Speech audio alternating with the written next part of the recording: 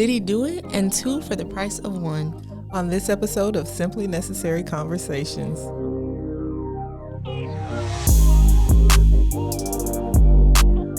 So, P. Diddy, Puff Daddy, Love, Sean Combs, all of the different names that he has did not save him from Homeland Security going through his LA and Miami home and putting his sons in handcuffs. Because allegedly he's accused of being involved in sex trafficking and I also believe drug trafficking. So people have been saying like, oh, they're systematically taking out our black leaders one by one. Leaders? And one person on Twitter said, what has Diddy led us to? Exactly. And while he arguably does make good music, I don't consider P. Diddy to be one of our black leaders. He does not represent the entire race. No, he leading everybody to hell. Like, no. Especially Young Miami, girl. Is you okay? Oh, my goodness. It's just, I found it to be interesting because he's had several cases of people accusing him of like sexual assault or sexual abuse in his past and now in his present. Yeah. But to say that somebody is sex trafficking on a Jeffrey Epstein level?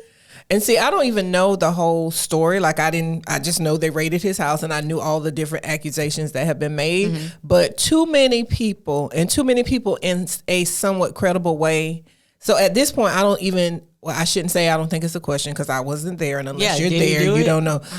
But there's been a lot of credible people that have said that he did stuff. And the most recent one that I saw was Touré, who is, I think, a journalist. I don't know what his title is specifically, but Touré, who I used to see on all types of news outlets, giving commentary or whatever, said that he had a relative that he specifically put on to, he kind of introduced him to Diddy because like they had interacted at different times for different reasons, I guess. And he reached out to Diddy and said he had a relative that wanted to get into the business, and Diddy accepted him kind of like as I'm saying him, I think it was a him, but accepted the relative as an intern. He said that the internship was going fine. The relative was, kind of living the life that he wouldn't have lived outside of working for somebody like Diddy. And then all of a sudden, Diddy asked him to travel with him somewhere, and then the relative, and I may have some of the specific facts wrong, but the relative just kind of ended the relationship with Diddy. And he said that it wasn't until years later, I think, he asked, like, kind of like, what happened? Like, you were doing well, whatever and stuff. And the relative said that Diddy propositioned him. And basically, if I have my facts correct, and I'm acknowledging I may not, Diddy asked him to spend the night with him. Oh.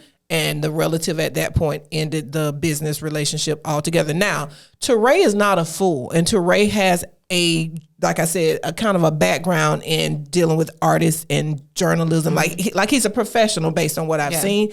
He's not going to say something like that if it's not true. You look back at some of the old interviews and some of the old videos of people either talking with Diddy or talking about Diddy, it's very, very suspicious. There's one specifically of Justin Bieber when he was still a kid. I think he was like 16, 17. And Diddy kind of aggressively being like, oh, why you don't still talk to me, man? Why you don't still talk to me? And it just gave like a very creepy, predatory vibe. And something about that many people coming out specifically acknowledging like, I'm saying that you did something to me. And I guess it kind of goes to show that because pop culture, there's so many different artists, there's so many different things going on, it's easy to push stuff aside and not think about the things that celebrities are doing because there's a ton of other things going on. But a couple of Diddy's neighbors actually like drove by and they were being blocked from their house when Homeland Security was raiding them. So they were driving by and being like, oh, yeah, we've seen all sorts of things. Oh. People be coming up all times of night. And the people coming up all times of night. Somebody who was like, one of the dudes was like, yeah, if my basketball goes over there, I'm not going to get it. So, like, apparently, I feel like people in the industry and people in his community might have known that something was going on. And even if you notice, the city girls, there's JT and there's Young Miami. JT and Young Miami were, like, tight when they first started. Obviously, they were in a group together. But lately, you may notice JT is with her I would man. notice, but somebody that pays attention to that. JT has been like doing her solo things. Young Miami has been doing her solo things, and they're still friends, I think, but they haven't crossed paths a lot. And people are saying that JT, who had been previously incarcerated for something else, I don't know whether she did it or I don't know the details, but she was in jail when they like became famous when Drake added their sound to his album and they blew up. She was in jail. And they're saying that she didn't want to go back to jail because she knew that Young Miami was full up with Diddy. And people are also saying like, oh, the reason why Lori Harvey got out of the situation that was like Diddy and the Son was because Steve Harvey was like, no, you're not going to be a part of that. Because they're accusing... You got to be pretty rough to make Lori Harvey say no. They're accusing some of the women that Diddy surrounded himself with of prostitution. And that's kind of scary because Young Miami, based on one of the few interviews that I saw her do, she has kids, right? Yeah, I think she does have kids. And in the interview, that's funny because in the interview she was talking about how regular she was and how she takes her kids to school and she picks them up from school and all this stuff. Yeah. And she, was putting a lot of emphasis on how regular she is. So maybe that was part of the trying to deflect from what was going on. And a lot of people were saying too is that people are quick to say don't judge people for certain activities, like don't judge these celebrity women for like seeing with these men and being with these men in order to get the perks. But when it's actually labeled in court documents as prostitution, all of a sudden people are like, crime is crime, and people turning up their nose like, oh my god, crime is crime. Doing that. And people always use that "judge ye not" scripture, but they need to finish it. It says, "Judge ye not, lest you be judged." In other words, don't judge somebody for something that you wouldn't want to be judged for. Well, I'm not judging them. Yeah, like I'm not judging them for something I wouldn't want to. If you see me out here tricking somebody say something about it, do an intervention, stop me. Because like there's just certain things you shouldn't do. And especially if there are underage people that have made accusations, that's serious. And what I want us to stop normalizing is defending our celebrity and musician people that we admire when they do wrong stuff. Because if it's wrong for Uncle Joe, who is just a pervert somewhere over there in the corner, to do it, then it's wrong for a celebrity to do it too. People to stop saying, don't say anything about our black. If they did the crime, they need to do the time. No, ma'am. I'm not standing for you. I'm not riding for you. They don't represent the race. Yeah. They are they're individuals. We want people like Harvey Weinstein held accountable, and we also want Diddy held accountable. Anybody that's committing crime. That's one thing you will not catch me doing. You could be a family member, you could be a celebrity, you could be somebody I was crushing on, you could be whoever. If you commit a crime, first of all, I don't want any parts of it. Second of all, if you commit a crime where you're harming somebody, specifically women and children, I hope they throw the book at you. I'm not one of them people that's going to have free so-and-so name in my bio. No, ma'am. If you are in jail, you might be in jail for a reason. And I don't want to have no parts. Yeah, falsely accused people, I don't have no parts. I feel sorry for and I can commiserate with and hope that you get justice. But if you did it, don't do the, like they used to say on the old show Beretta, don't do the crime if you can't do the time. Period. Well, while he might not be a great black leader of our generation or our time, there is another great black leader of our generation that has a movie now, and we talked about it before, but you've watched the movie. I have not been able to see it yet because I've been busy, but you watched the movie, so you're gonna put people on to why it's such a great movie to see. And it is a great movie, as usual. Our queen Regina King delivered. Cousin and them. Yeah, she the movie Chisholm, about Shirley Chisholm, the first black woman. No, it's Shirley, it's not Chisholm. Well, I'm giving her whole name. Okay, Shirley, but it's about Shirley Chisholm. Well, you said the movie Chisholm, and I was like, what? Okay, so the movie is Shirley, about Shirley Chisholm, who was the first black Congresswoman for the U.S. Congress, and the first, I believe, the first female to run for president. So she got into Congress, I believe, in '68, and I just did a whole lesson with my kids about this because I thought how appropriate is Women's Month, and also because the movie was coming out. But she got into Congress in '68. She ran for president in '72 as a black woman. And that is what the movie pretty much covers, her rise to Congress, and then the kind of roller coaster ride that she went on as she ran for president. While I was watching the movie, it wasn't until I was done watching the movie that I was like, oh yeah, that was Regina King. Like for me, Regina King became Shirley Chisholm. Not that I knew a lot about her or ever saw her speak a lot, because I was a child when, 72, I was just 2 years old. But I really started to see Regina King as Shirley Chisholm in that movie. Like I completely forgot who she was and saw her, and that's how good to me she played that role. There were other people in the role, and then at the end of the movie, make sure you watch all the way to the end, because, and this is not a spoiler, because they show the people that were portrayed in the movie, like the real people that they were based on. some of them, I'm like, now wait a minute, is that not the same person? Like, did they not take a picture and put the same person up by mistake? Because whoever casted the movie did a phenomenal job in terms of the characters looking like the people that they were playing. Yeah. But it was a good movie. There were some historic things that I found out. I'm not going to say what they were because I don't want to spoil it, but there were some things that I found out that I didn't know prior to the movie that kind of affect our kind of woven into our current politics and our current Congress.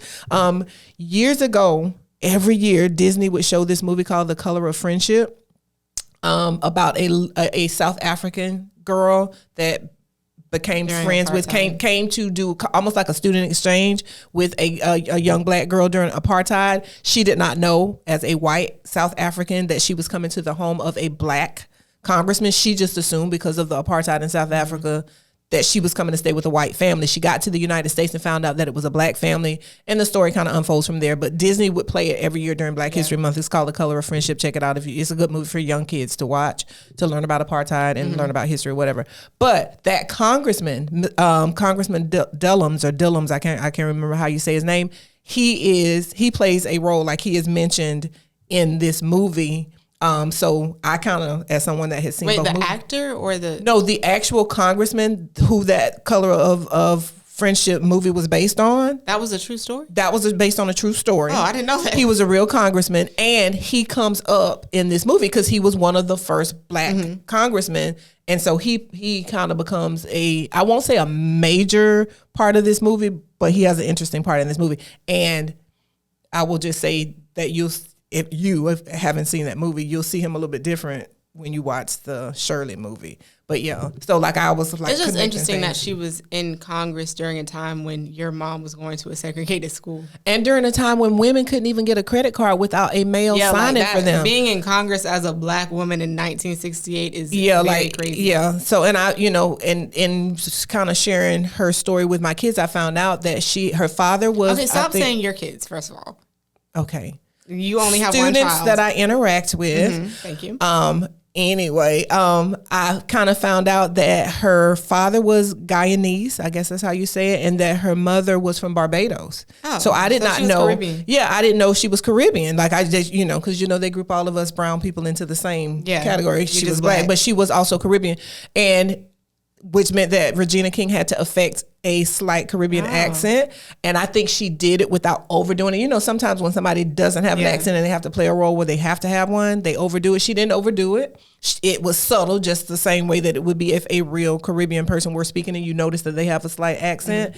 So I thoroughly enjoyed the movie. I love Regina King. Regina King has not disappointed me yet. I hope she never does, because she tends to play roles of strong black women, and she tends to do her job well when she's doing the job. And I believe the story that I heard, and I heard this on NPR, her and her sister both grew up knowing about Shirley Chisholm, always felt like there should have been a movie. And because there hadn't been a movie, she decided when she got the ways and means to do it, to do the movie herself. So shout out to Regina King for wanting to share one of our first strong black female congresswomen with the world. But something that has been making headlines on Instagram and on Twitter and all the social media platforms is if way back when there was a limited reality series about conjoined twins Abby Hensel and Brittany Hensel. I hope that I'm saying their last name right. But if you watch TLC, as most of us had a TLC phase, I was a 90 Day Fiancé girl myself. You probably remember seeing them on TV and just seeing how they operated in the world while being conjoined. But Abby, I believe Abby Hensel, yes, Abby, she is now married to an Army veteran. Okay. And people have been discussing how that work? Now, I do not want to I don't want to be negative or be accused of, I don't want to be ableist. I don't want to, but that's going to cause people to ask questions. Because you can't help but wonder how that works. Because the question that I have, and forgive me, oh no, if what I'm about to say is inappropriate, but I'm asking out of curiosity, not out of mocking or belittling or anything. But they share one body. Yes, they do. So like the only separation I believe is their head. Yeah. So like it's hard for me to comprehend them being considered two people. Like it's just hard for me to comprehend. Yes, they have. I can understand how they're two people. I don't understand how only one of them is married to one person. And then how does the one that's not married to him deal with having to be? It's not like she can leave, like, so she has to be with the two of them whenever they're together. Like how does she handle that? That is so hard for me to comprehend. I'm wondering if like one of them is uninterested in or like asexual or something, to where like they'll never have to have more than one partner. Here's the thing though, because they share a body, when things are going on, do they both experience the things that are happening? I believe they share one. I know they physically have the same body, but I'm saying mentally, is she just like how they coordinate moving their limbs? Yeah, they gonna feel the same things. So like they're gonna experience the same things. That is just so hard for me to comprehend. I don't even know any other words to say. I don't understand how you even go about beginning to date someone. I don't know how you go about, like, it just raises so many questions for me. Like, okay, one body. Are they always hungry at the same time? Do they feel like if something happens to their physical body, do they feel the pain at the same time? An expert to like, come on and those are all things that make me curious. And I just don't understand how like only one of them is married to him though. Like, because only one of them is giving consent to be married to him. And then it raises the question, could the other one marry someone else? And if they did, how do they manage that? But I just don't understand. Like, if you are, like, when you date someone, you have to talk to them. Right. You have to be with them. That's what I'm saying. So you're talking to the, like, does the other person just not talk the whole time? I don't know. And, like, if they're married, are they now both living with him? Are they both like we got questions and unfortunately we don't have anybody here with answers. It blows my mind, but it goes to show you how resilient people are, because some of us think that we got problems because of little minor things. They can't find love, baby. There's a way. Exactly. That gives hope to everyone that where there's a will, there's a way, and if you want to make it work, you can make it work. It's beyond my comprehension. Like I have no idea how. I don't understand. I don't want to diss them, because if they like it, I love it for them. Yeah. For them. But I guess it's better. I mean, I'm glad it's better for them to, or at least one of them to be married. But it's better for them to try to conduct their lives as everyone else. But I just feel bad for the one that's not married now, because like, how your sister that's connected to you got somebody and you single? That's just embarrassing. And then if they have different personalities, which I assume they do, they like conjoined twins. What's to keep?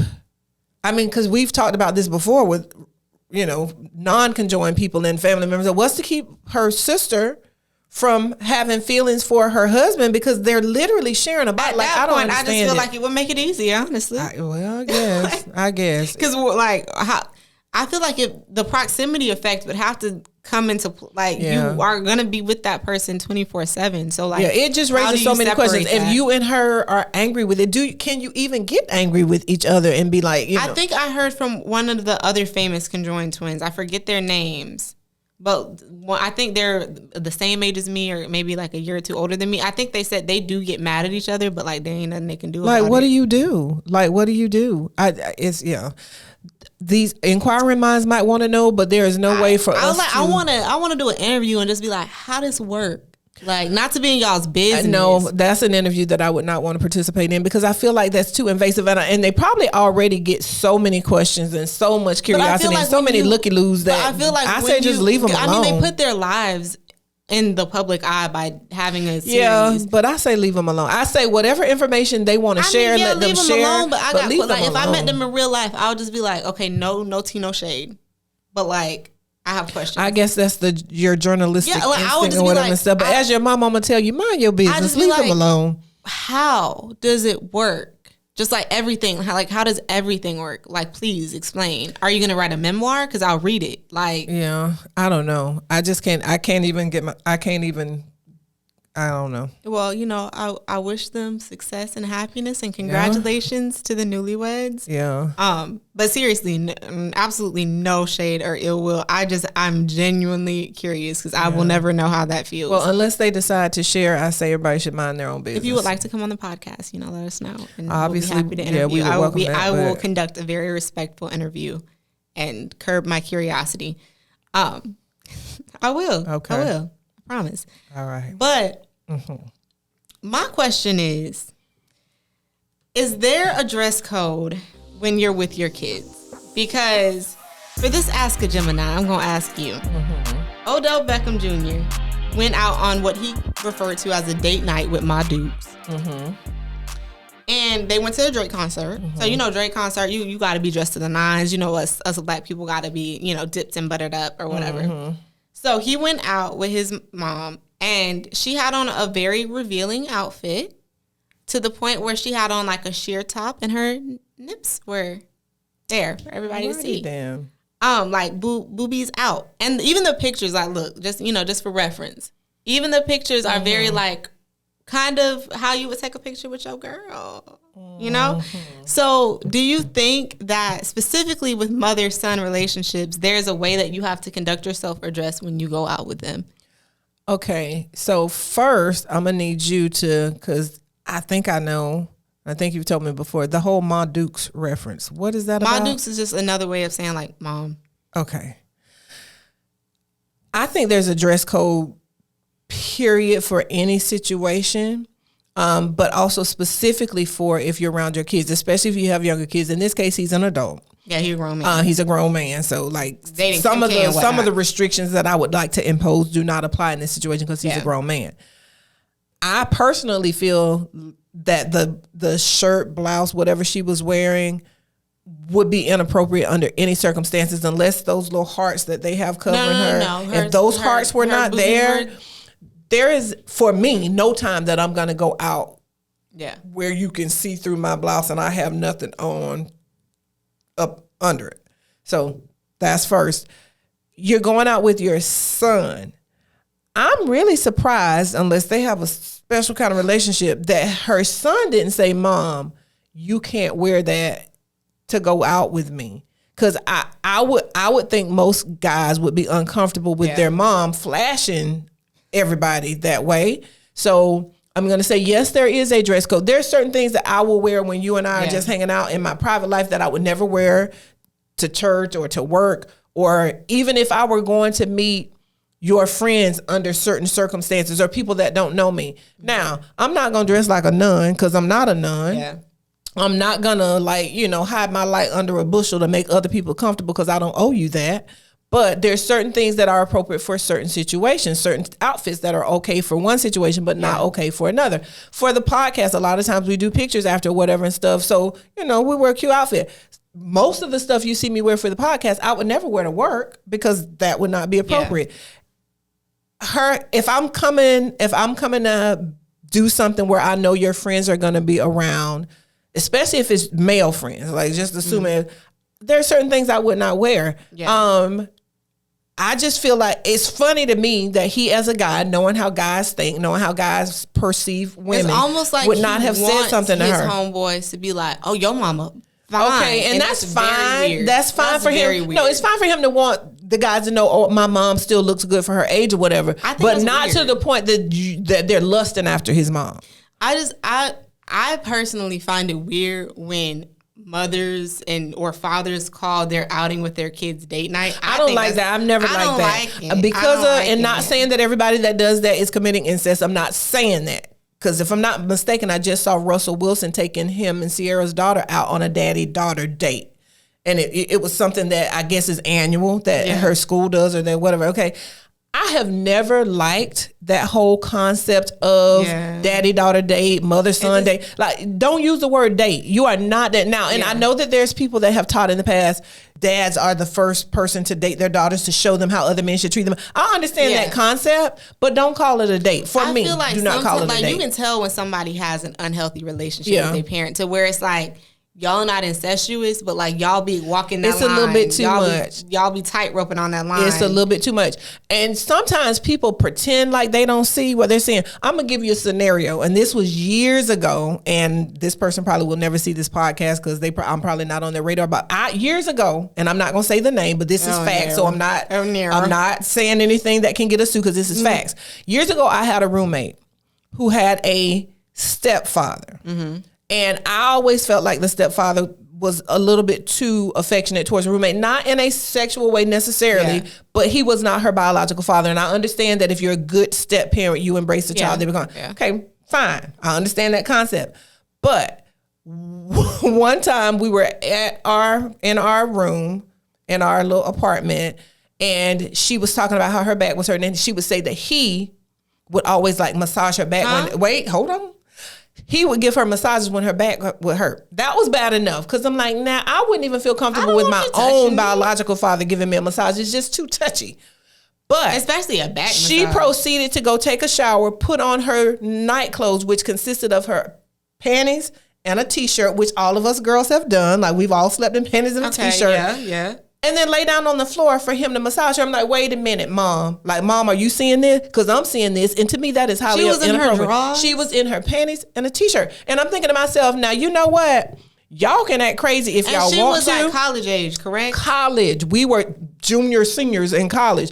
I'm like, see, this is where I feel like things are crossing the line. So I feel like sometimes people play with stuff and act like they don't see stuff. And I'm just sitting there, I'm just sitting there judging. I know. I think I would have had to say something. No, it wasn't my business though. It was not my business. But I'm thinking to myself, that's so inappropriate to me. There are certain things that you can act like you don't see and play crazy and act like you think it's okay. No, there were certain things that your own biological father did not do. If you were out, if you were out and need to use the restroom, I see women tell the dad, because there's family restroom now, take them to, I understand that's your daughter, but for me, there were certain things that were always my responsibility obviously to do. If now, there's an emergency, then if it's an emergency, but like if there's an option. Yeah, because that was why when you were smaller, I never let your father take you anywhere without me, because at the time that you were still needing assistance in the restroom, or I would have felt uncomfortable. I was like, well, who's going to take her to the restroom? And then it was like, no, ma'am. I would have felt uncomfortable. No. So like, call me crazy, call me whatever. But I have a friend who is an attorney who said to me when I was telling her like how overprotective I was about certain situations, she's like, no, you're not overprotective, because she said as an attorney who, as a public defender, she had to do some work as a public defender. She's like, I had seen too many videos where I've watched family members take advantage of children. And you are not doing the wrong thing. Attorney, but as somebody that works in news, I have to read stories every day of family members abusing kids, during their everyday thing. We're kind of going off the topic a little bit, but point is, I feel like there's boundaries. Son, father, daughter, there's certain boundaries that should be there. And it's not even necessarily gender specific. There should just be parental boundaries. And kids. But I feel like it's weird when parents are just like, they don't respect their kid's space, or like if a kid feels uncomfortable, change it for, you came out of me. Or even those mothers that walk around in front of their older sons naked. I feel at the point that someone has, and I'll say even before that, but minimally, once a boy reaches puberty, I don't care if you are his mama, you should not be walking around with with your birthday suit on. Like you walking around. No, like you should not. Same sex, I feel a little bit different, but there's just certain things that I feel like there should be, and sometimes boundaries. It's generational or like culture wise, like people don't see the same. But a boy should not be seeing his mama a certain kind of way. Girl should not be seeing like daddies a certain kind of way. Even if you feel comfortable like being naked in front of your son in your house, that's your house. But going out in public and like showcasing that for the world. I even when I used to babysit my nephew or whatever, if I had to go to the restroom, especially if we were alone, because I'm a strong believer when you're babysitting, you never leave a child unattended. Like I stand on that. But when I would have to use the restroom, I would make him stand outside the door, and I would make him. I don't know if you remember. If we were somewhere where the door was raising, I'd be like, okay, I need to see your feet, so I know you're standing there. But I closed the door, like just I might be a little bit extra, but I'm gonna keep being extra because there's just certain things that I think should be handled a certain way. I feel like there should be parental boundary, regardless of sex or whatever, because that doesn't necessarily matter. And ladies, don't embarrass and your don't kids. Be embarrassing your kids. Don't like embarrass that. your kids. I complained when Keke Palmer baby daddy said you're a mother, but to a certain extent, I know that for me personally, at the point that I have kids, there's just certain things that I'm not going to wear. Certain things there's certain music that I'm not going to listen to in front of it. Like there's just certain things that I know I'm going to want to adjust. Yeah. Just to make sure that I'm protecting them. Yeah. And not certain things doing are anything situational. I didn't see adult TV and adult movies until you were like, because whatever I was watching most of the time, if I wanted to see something that was to me adult material, and I don't mean like porn or anything. I mean just a show where there might be, drinking, smoking, cussing, that kind of stuff. If I wanted to watch an adult show, I didn't watch until you went to bed, which meant I didn't get to watch a lot because I was sleeping. I think you did it to an extreme to where like, I did. Where like would I necessarily do it to the extreme that you did it? Probably not. You say that now, you might change. But I probably won't. But I feel like a lot of like some people would watch this is just on the top. Anything. Some people might watch Magic Mike and they don't know what's going on. They just. I personally, I'm not gonna do that for my Trust kids. me. Because I feel like you protect me from a lot of like growing up too fastness. Yeah. To where like now that I'm older and grown, I'm a lot more a clear headspace. Yeah. And I'm not exposed. I think you have to introduce things to kids in an age appropriate way. When you were a kid, I stuck with kid things. You watch musicals, you watch Sesame Street, you watch public television. As you got older, I adjusted the rules. Now you're grown. You watch whatever. Some stuff that you watch, you have the nerve to tell me not to watch because it's inappropriate. The roles have reversed. Yeah, I just feel like people need to have boundaries when it comes to their kids. Don't embarrass your kids. I personally feel like what his mom had on, I don't think she should have worn that anywhere, but especially to go out with her son around and possibly his friends. Not just be like in the same places. Y'all came together, and then he all up on her like, it's not like she showed up and it was like, oh, my mom's here. It's the fact that the pictures gave my mama fine, ain't it? Like that's really weird to me. Fine is one thing, but really weird. You ain't got to be naked for people to know you fine. And you can know that your mom is like, oh, I got good genetic. Like it should be in a I have good genetics type of way, not in a if she wasn't my mama though. Like that's a little Ivanka and Donald Trump or Ivana, whatever Donald Trump and his daughter. Like, no, we don't want to do that. We don't want to do that. But on to our Gemini gems. Now that we have kind of talked bad about some people. Well, no, we just sharing our opinions. What would you like to go first? Well, travel season. Once again, we're in the spring, summer travel season. There are some things that I suggest to have in your car that will always be helpful. Hopefully I have not already shared this gem. I don't think I have. It's a couple of gems actually. If you are someone, especially here in Florida, that is in your car a lot, you're on the road a lot, or even if you're not, make sure that you have the following items so that you're prepared, because there's nothing like being ready so you don't have to get ready. So you should always have an umbrella in your car, rain or shine umbrella, because if it's raining, you got an umbrella. If it's sunny and you're out somewhere where you got to be out, it can provide shade. So a lot of people think umbrella when it's raining. I have an umbrella at all times because I don't like to be, in the sun a lot like that. Also, you need to have a pair of walking shoes. How many of us ladies have been somewhere and a shoe strap pops or, something the heel comes out, like stuff happens? Always have an extra pair of emergency shoes in your car so that if you have to put them on, you got them. And then finally, if you're cold natured like me, have a sweater or jacket. Just have one that you keep in the car at all times. You end up unexpectedly going to the movie. It's always cold in the movie theater. If you go to a restaurant and it's chilly, you can run out to your car and grab it. So jacket or sweater or something, always have those things in the car. And then I always have hand sanitizer, either the sanitizer that you buy at the store, and then I buy the little empty spray bottles from Walmart in the little travel section, and put alcohol in them so that at any given time I got something that I can sanitize, clean my hands with. That's just a few of the things that I recommend that everybody always have in your car. Well, what I would add to the list as my Gemini gem is I like to, if I'm going on like a road trip or I'm going on a long drive with friends or whatever, I like to put like a small cooler or at least like a insulated bag in my car. So you can have like your little sodas, your little waters, your drinks. So that way you're not constantly having to stop and like, oh, I'm thirsty. Now you got to buy like a $3 water bottle at the gas station or whatever. It's already in your car. Effective. I also always keep me a lip balm because like your lips get dry, crusty, along with lip balm lotion.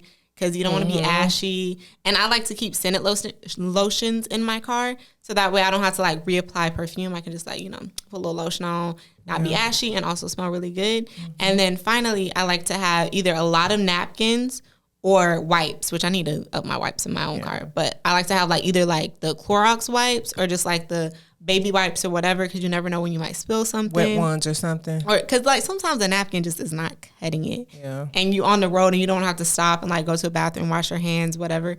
So wipes can be very helpful. When you go through those drive-thrus and they put that extra cutlery in there, that plasticware, don't throw it away. Too. Save that, put it in the glove compartment of your car, and the straws. Because many a times that I've driven off from a drive-thru and they didn't put a straw in the bag, but I got myself. Or do like me and go to Chipotle and stock up on your napkins and cutlery there. Chipotle, you did not hear that. Chipotle makes jokes about this on social media. Chipotle knows that everybody that goes there, you get that bag, you get a wad. And you throw it in your bag. I don't do that. I want plausible deniability. I do not do that. However, when they put those things in my bag and I don't steal them, a bowl is darn near $13 in this economy. I'm taking my napkins. I keep them in my car. Extra napkins, extra cutlery, all that. I have a little stash in my car most times, so that if I end up somewhere, they don't give it to me. I already got it. Call it reparations, y'all. But on that note, don't forget to like, comment, share, and subscribe. Period.